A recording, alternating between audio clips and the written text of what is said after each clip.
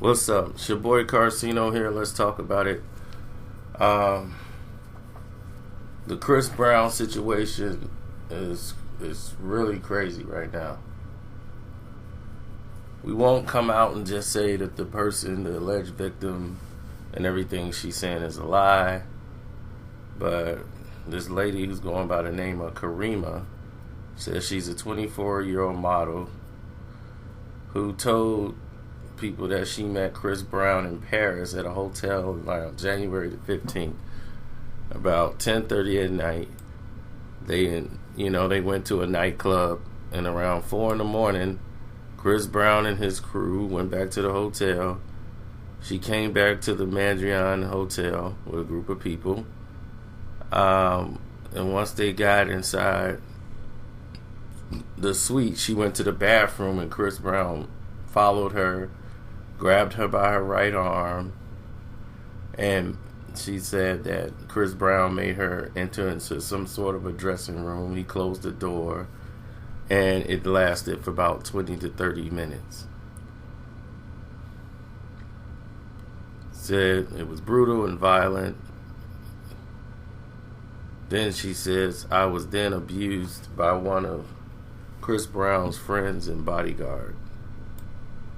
She said, I went to the cops 2 days later. I was scared, but ultimately decided that she didn't want Chris Brown to be able to do this same thing to other girls. Now, from what we're hearing, that this story is completely fake, saying that she was never alone and that his girlfriend, Amika Harris, was in the hotel room the whole time.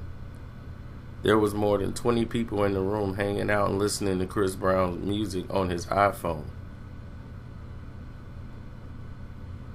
So Chris Brown's lawyer has not even responded back yet.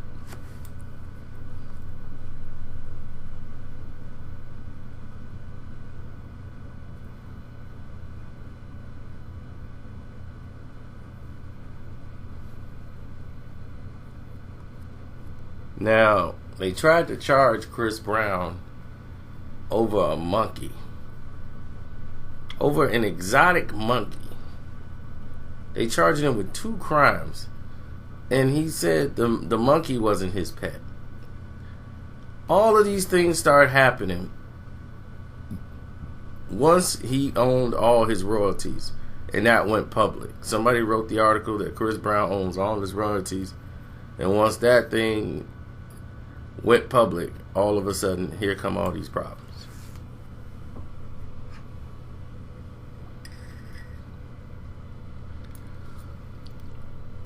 Now, from what we're hearing from Chris Brown, somebody connected to his side of the story, compared to her side of the story, completely different. But the fact that listening to that person's side of the story and from this person that's representing Chris' side of the story, I'm riding with Breezy.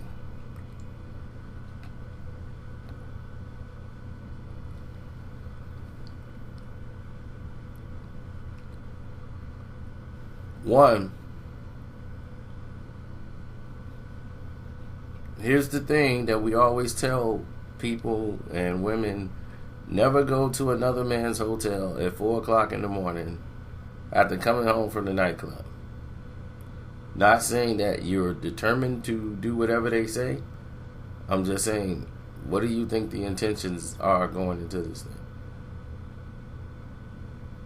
Then you wait 2 days later to go to the cops?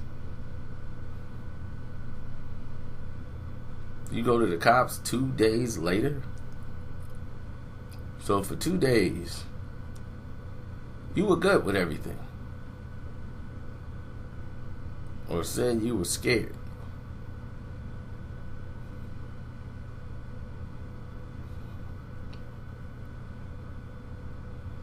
See, this is a very dangerous time for people, and they got to realize that when you're doing something that they don't want championed, artist owning his own music, it's very dangerous. It's contagious because once they see stuff like that hit the headlines, people come to get you.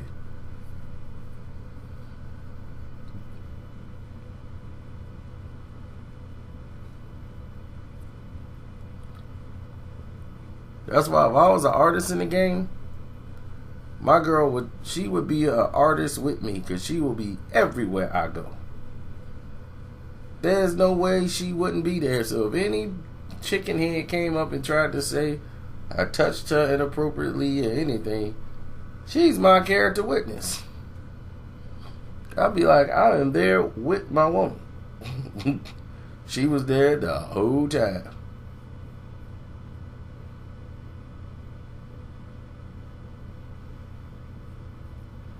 You know, because what these things do now, you get tried in a court of public opinion now, which is ridiculous. But that's where we're at. So in the world of public opinion, this is it's damaging. They're trying to besmirch his name and what have you, because Chris wasn't supposed to be back. He was supposed to be buried. But every time they think they buried this guy, he keeps coming back. Why? Because the fans love him.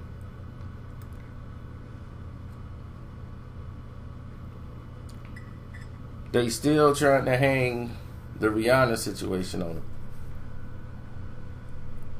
Because naturally when you see this, now you're going to go back to Rihanna. You ain't going to be thinking about Freaky Friday. You ain't going to be thinking about all the hit songs he put out on them 48 songs he dropped. You ain't going to be thinking about none of them. The successful tours, nothing. The only thing you're going to be thinking about is this new allegation. And then going from there to Rihanna.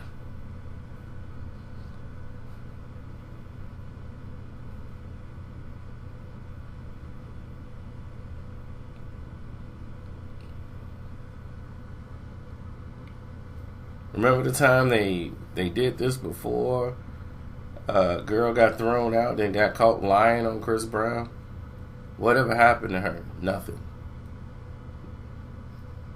They had flown helicopters, everything out to Chris Brown's house, on his property. Neighbors wanted him to move, and he haven't done anything. Somebody came to his home, was thrown out, and now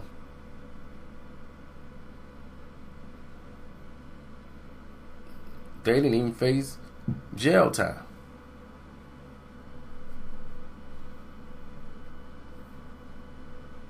And see, that's why claims gonna keep coming for celebrities or people with some type of public status, because nobody's there to debunk all these things or put a hard penalty towards it, like saying, hey, you know, you gotta you're gonna be found guilty that you lied, you facing jail time. There's no penalty for it. Since there's no penalty, people keep like, well, hey, I can keep doing it. Nobody's saying nothing.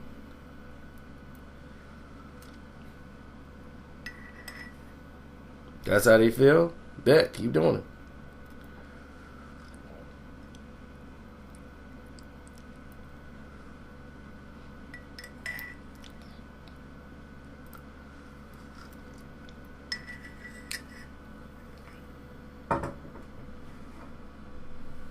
That's how the world operates.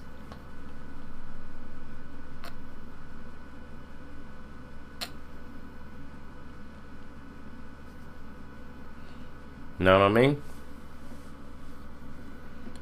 But anyway, we spoke on this long enough.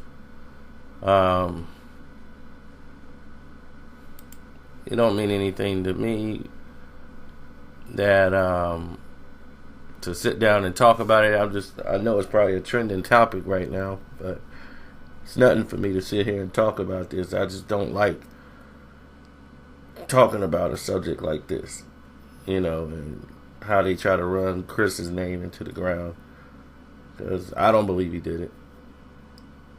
Not for half a minute would I believe he did it. So, not calling her a liar, just saying I don't believe he did it.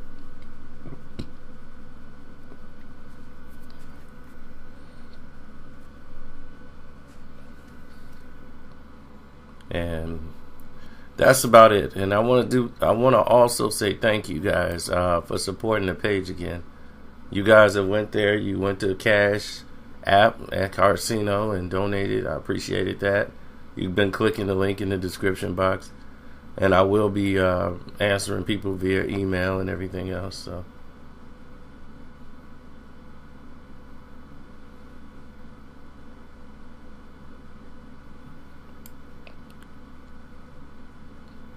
So, with that note, I'm out. Y'all have a blessed day.